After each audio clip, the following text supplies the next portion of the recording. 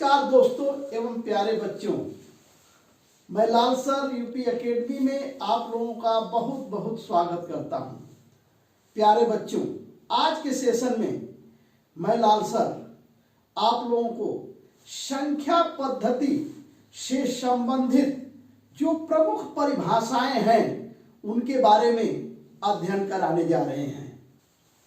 अब संख्या पद्धति से संबंधित स्मरणीय तथ्य में आज के सेशन में हम लोग अध्ययन करेंगे अंक, संख्यांक, संख्या, प्राकृतिक संख्या, पूर्ण संख्या, पूर्णांक संख्या, सम संख्या, विषम संख्या, भाज्य संख्या, अभाज्य संख्या, सह अभाज्य संख्या, परिमेय संख्या, अपरिमेय संख्या, आरोही क्रम, अवरोही क्रम।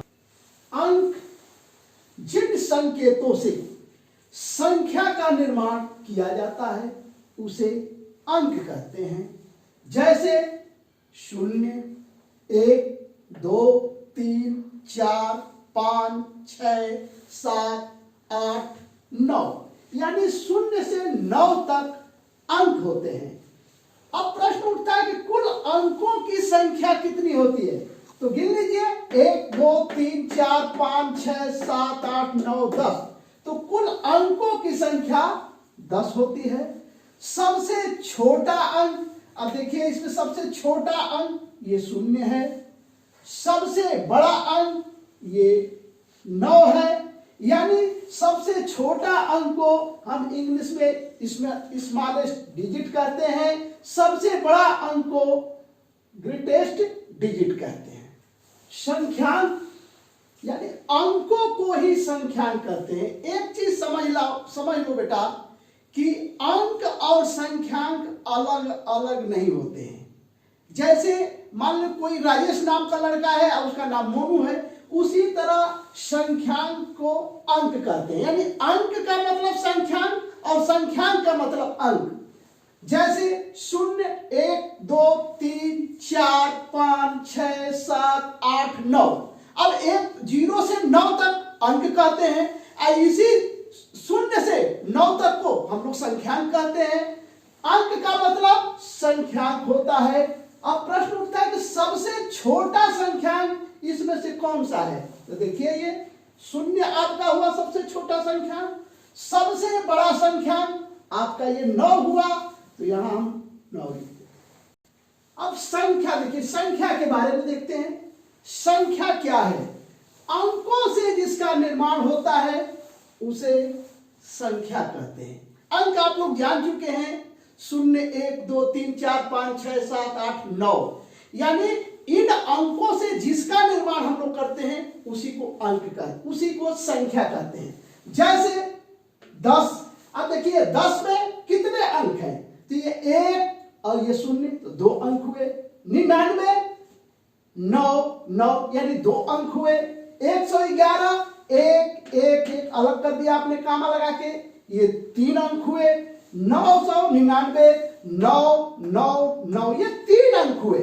तो सबसे छोटी संख्या, अब प्रश्न उठता है कि सबसे छोटी संख्या कौन सी होती है, तो सबसे छोटी संख्या 10। ध्यान रखिए, सबसे छोटी संख्या 1 नहीं होगी, 0 नहीं होगी, क्योंकि वो अंक कहलाते हैं। जो अकेले होता है वो अंक कहलाता है, और जो 2 या 2 से अधिक होता है उसे हम संख्या कहते हैं। सबसे छोटा अंक की बात करते हैं तो ये आपका होगा 0। अगला सबसे बड़ी संख्या, सबसे बड़ी संख्या हम लोग नहीं लिख सकते, इसलिए इसको हम अलिखित कहते हैं। प्राकृतिक संख्या किसे कहते हैं? 1 से अनंत तक, मतलब 1 से जहां तक संख्याएं जाती है, यानी संख्याओं का कभी अंत नहीं होता है। इसलिए हम कह सकते हैं 1 से अनंत तक गिनती की सभी संख्याओं को प्राकृतिक संख्या कहते हैं। प्राकृतिक संख्या में 0 की गिनती नहीं होती है।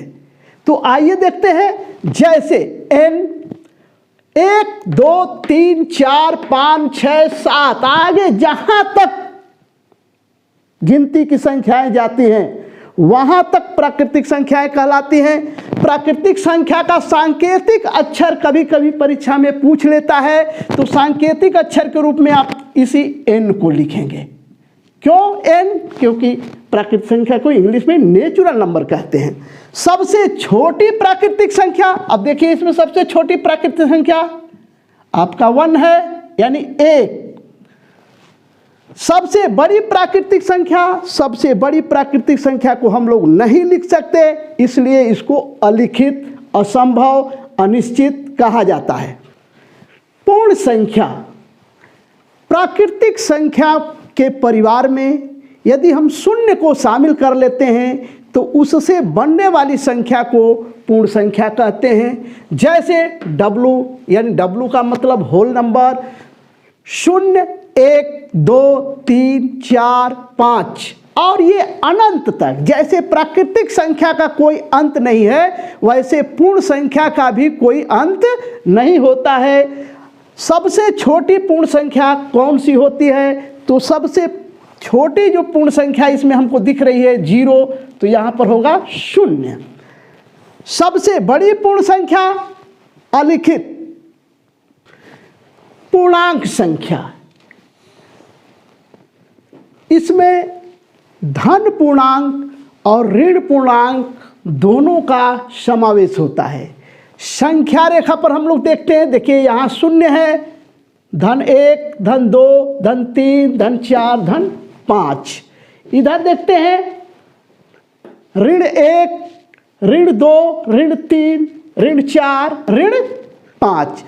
तो 0 से ये राइट हैंड साइड यानी दाहिनी ओर की जो संख्या धन पूर्णांक होती है, यानी धनात्मक पूर्णांक इसको कहते हैं, और बाएं साइड यानी ये 0 से बाएं साइड ऋण 1, ऋण 2, इसको हम ऋण पूर्णांक या ऋणात्मक पूर्णांक कहा जाता है। तो धन पूर्णांक में धनात्मक संख्याएं आती हैं, ऋण पूर्णांक में ऋणात्मक संख्याएं आती हैं। और अब सवाल उठता है कि 0 को क्या हम धन पूर्णांक या ऋण पूर्णांक कह सकते हैं कि नहीं?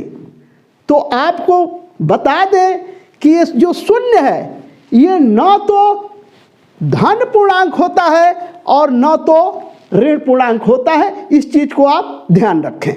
सम संख्या, जो संख्या 2 से पूरी विभाजित हो जाती है उसे सम संख्या कहते हैं। जैसे ई मतलब इवेन नंबर, 2, 4, 6, 8, 10 अनंत, इसको हम अनंत कहते हैं।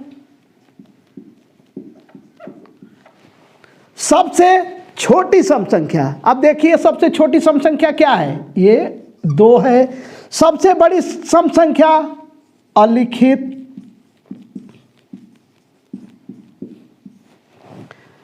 सम संख्याओं को कैसे पहचानें? यदि हम डिवाइड नहीं करना चाहते हैं, 2 से भाग नहीं देना चाहते हैं, तो एक आप याद रखो कि अंतिम अंक आप देखिए 0, 2, 4, 6, 8 में से यदि अंतिम अंक कोई एक है तो वह सम संख्या है। देखिए 3650 में देखिए अंतिम अंक 0 है, ये सम संख्या है। 7892 में अंतिम अंक 2 है, ये सम संख्या है। 3564 में अंतिम अंक 4 है, ये सम संख्या है। 7891 में देखिए 1 है, 1 नहीं होगा, ये सम संख्या नहीं होगी। ये सम संख्या होगी, ये भी सम संख्या होगी।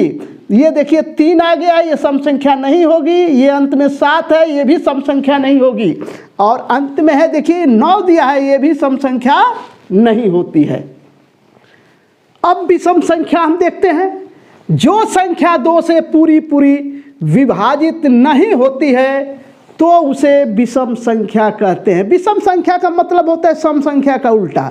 सम संख्या 2 से पूरी विभाजित हो जाती है, विषम संख्या 2 से पूरी विभाजित नहीं होती है। जैसे 1, 3, 5, 7, 9, 11 अनंत तक होती है। सबसे छोटी विषम संख्या अगर आपसे पूछे तो देखिए इसमें 1 है, तो सबसे छोटी विषम संख्या 1 होगी। सबसे बड़ी विषम संख्या अलिखित।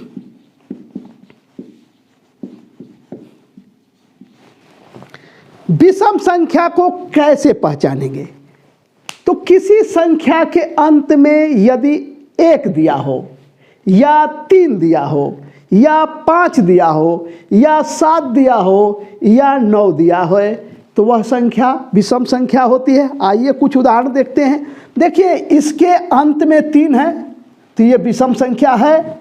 इस संख्या के अंत में 7 है तो ये विषम संख्या है। इस संख्या के अंत में 9 है तो विषम संख्या है। इस संख्या के अंत में 1 है तो विषम संख्या है। इस संख्या के अंत में देखिए 2 दिया है, 2 क्या है इसमें? कहीं नहीं, तो ये विषम संख्या नहीं होगी। ये देखिए 5 है, ये विषम संख्या होगी। ये 4 है अंत में, ये भी विषम संख्या नहीं होगी। ये 0 है, ये भी विषम संख्या नहीं होगी। अंत में देखिए इसके 6 दिया है, ये भी विषम संख्या नहीं होगी। इसके भी अंत में 8 दिया है, ये भी विषम संख्या नहीं होगी। भाज्य संख्या या यौगिक संख्या, भाज्य संख्या को ही हम लोग यौगिक संख्या कहते हैं। जो संख्या एक तथा स्वयं को छोड़ करके किसी अन्य संख्या से पूरी विभाजित हो जाती है तो उसे भाज्य संख्या कहते हैं। भाज्य संख्या को यौगिक संख्या भी कहते हैं। जैसे 4, 6, 8, 9, 10, 12, 15, 16 अनंत तक। यानी देखिए ये 4 जो आप देख रहे हैं, ये 4 देखिए 4 ये 1 से भी कट जाएगी और ये 4 स्वयं 4 से भी डिवाइड हो जाएगी और ये 4 देखिए 2 से भी विभाजित हो रही है। यानी कहने का मतलब कि जो संख्याएं अपने और स्वयं को छोड़ के किसी तीसरी संख्या से विभाजित पूरी हो जाती है तो वह यौगिक संख्या या भाज्य संख्या कहलाती है। सबसे छोटी भाज्य संख्या देखिए ये 4 है।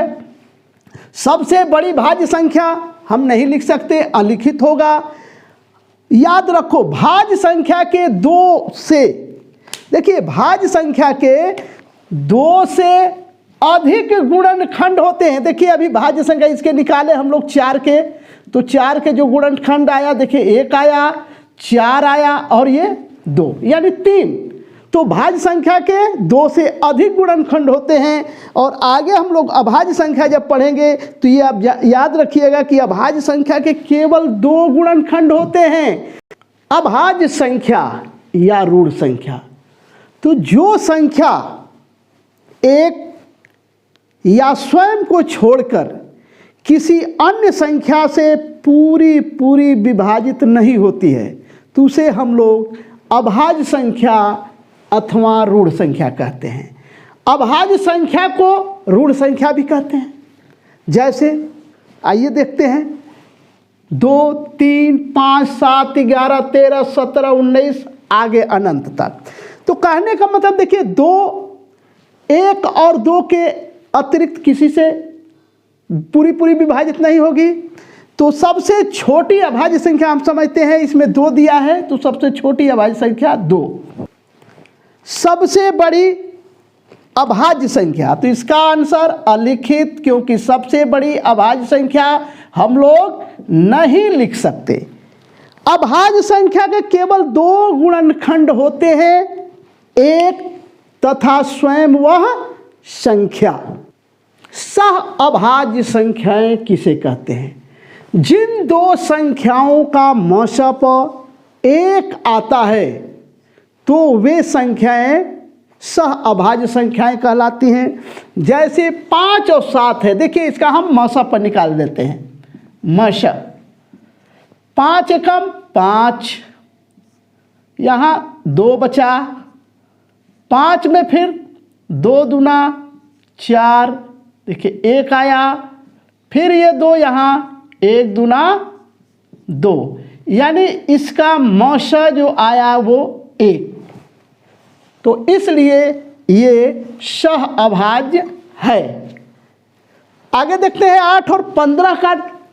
8 एकम 8, 7, 7 एकम 7, 1 और 1 7 7, तो इसका भी देखिए मौसा 1 आया, तो ये भी सहभाज्य संख्या हुई। 9 और 10 को देखते हैं। 9 एकम 9, 1 नवा 9, इसका भी मौसा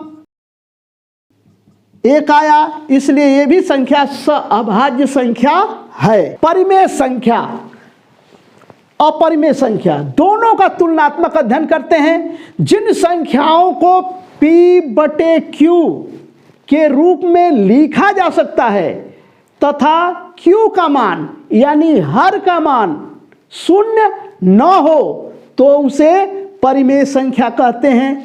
जैसे 5 को देखिए, हम 5/1 लिख सकते हैं, यानी ये देखिए P/Q के रूप में हुआ।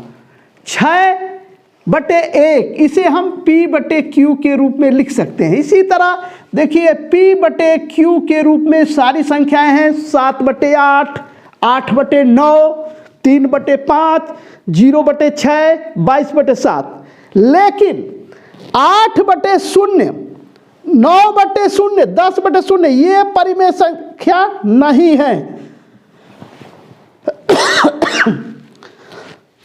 ये क्यों नहीं है?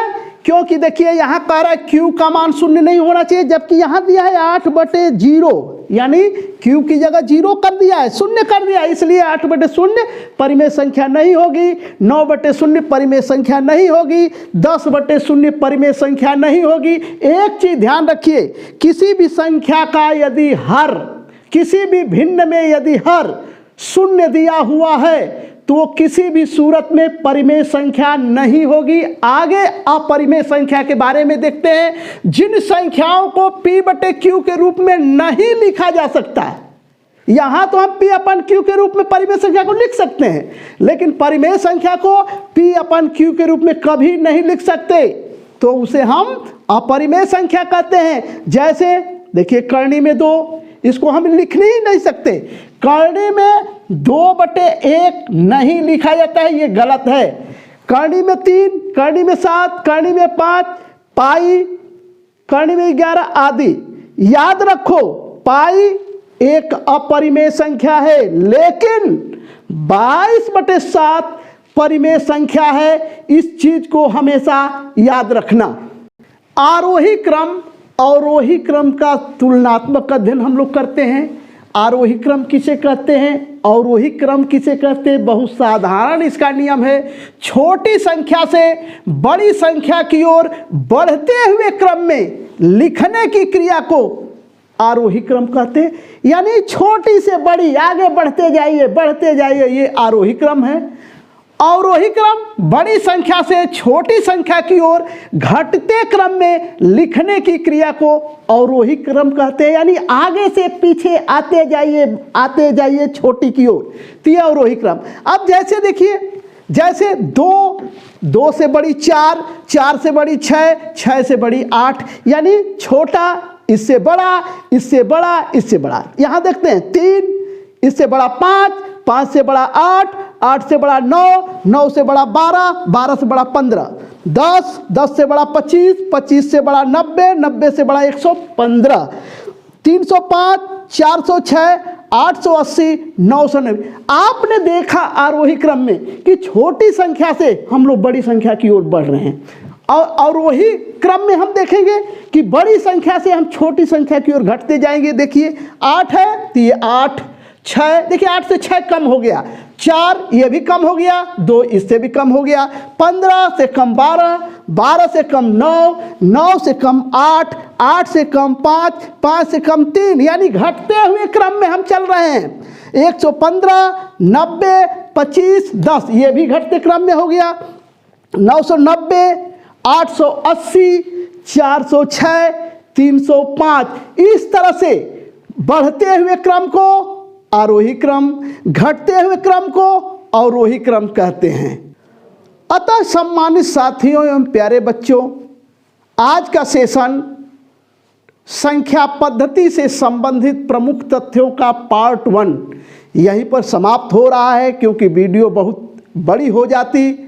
और आपसे निवेदन है कि यदि वीडियो पसंद आता है तो उसे प्लीज़ लाइक करें, सब्सक्राइब करें और अपने दोस्तों, मित्रों, अपने गांव, शहर में इस वीडियो को अवश्य शेयर करते रहें। इसी के साथ मैं लाल सर आप लोगों को अपने तरफ से, अपने इस चैनल के तरफ से आप सभी लोगों को बहुत बहुत धन्यवाद के साथ साथ लाल सर का लाल सलाम आपके नाम।